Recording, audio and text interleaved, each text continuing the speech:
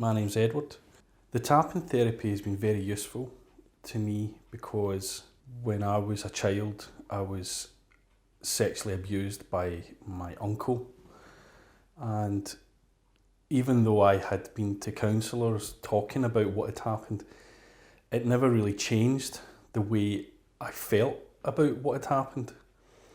And what tapping therapy allowed me to do was to think about the incidents that really affected me, particularly the first incident. And the first time I was ever abused was so traumatic, even though it happened after that many times. Those times that just didn't. I knew what was going to happen, so it wasn't as traumatic. So the first time it happened always stayed with me, and the feelings, the fear, it was just the trauma of what was happening. I couldn't understand it, and because I was young, and the neurotransmitters that are released during trauma, they're not very stable.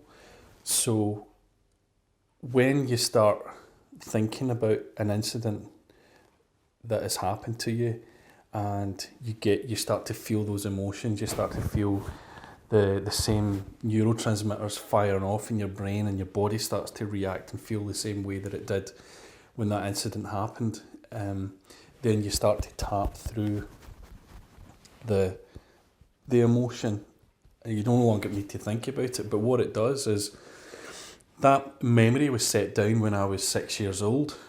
That trauma was created when I was 6 years old, but I'm no longer 6 years old. I'm a man now, so I no longer need to react the same way or feel those feelings, because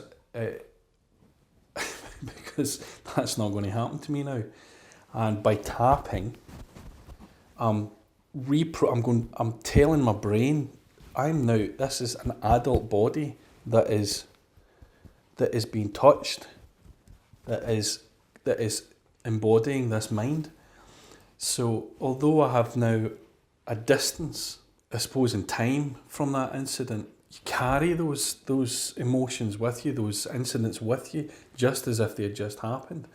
And what happens is when you tap, you then create a distance mentally from what happened.